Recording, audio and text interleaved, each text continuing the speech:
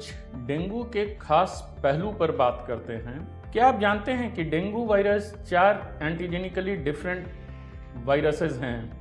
Dengue 1, 2, 3, 4। ये जानना इसलिए ज़रूरी है कि अलग अलग समय में जिस समय ये एपिडेमिक रूप धारण करता है उस समय शायद अलग अलग स्ट्रेन के डेंगू वायरस अगर उस जियोग्राफिक लोकेशन में प्रवेश कर रहे हैं तो आपको पहले डेंगू अगर हुआ है तो आपको दोबारा डेंगू होने का चांस भी रहता है। अगर एक बार आपको डेंगू एक पर्टिकुलर स्ट्रेन से हुआ है तो आपके शरीर में जो क्रॉस इम्यूनिटी बनती है वो कुछ हद तक डेंगू के दूसरे स्ट्रेन से भी कुछ महीनों तक के लिए आपको इम्यूनिटी प्रदान करता है।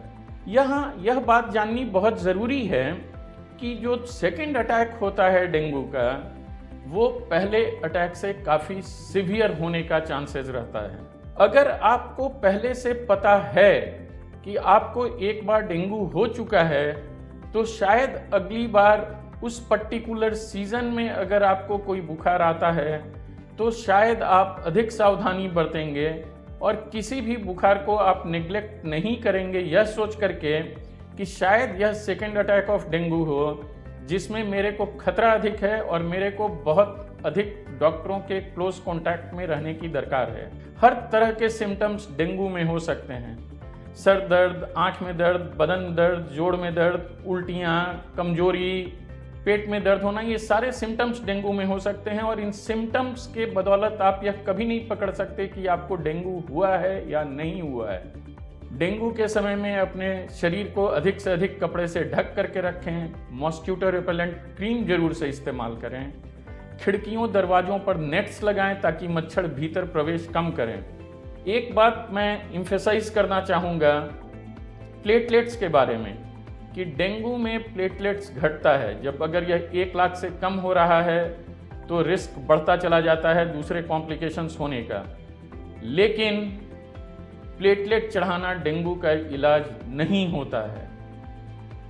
अगर किसी की प्लेटलेट कम होती जा रही है तो प्लेटलेट चढ़ाने से उसे कोई फ़ायदा नहीं होगा। यहाँ तक कि अगर किसी को ब्लीडिंग हो रही है तब भी प्लेटलेट चढ़ाने से कितना फ़ायदा होगा नहीं होगा ये भविष्यवाणी नहीं की जा सकती।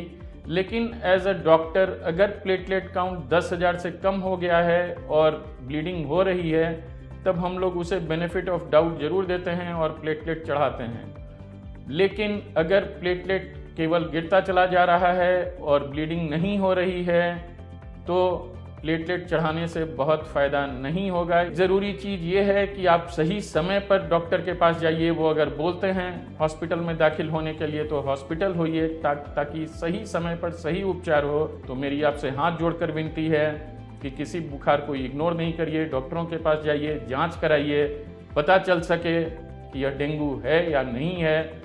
अगर आपको पहले से पता है कि आपको एक बार डेंगू हो चुका है तो आपको और अधिक सावधानी बरतने की ज़रूरत है। आपको और अधिक प्रोएक्टिव होना है और डॉक्टरों के पास जाकर के बताना है कि मुझे पहले डेंगू हो चुका है सर,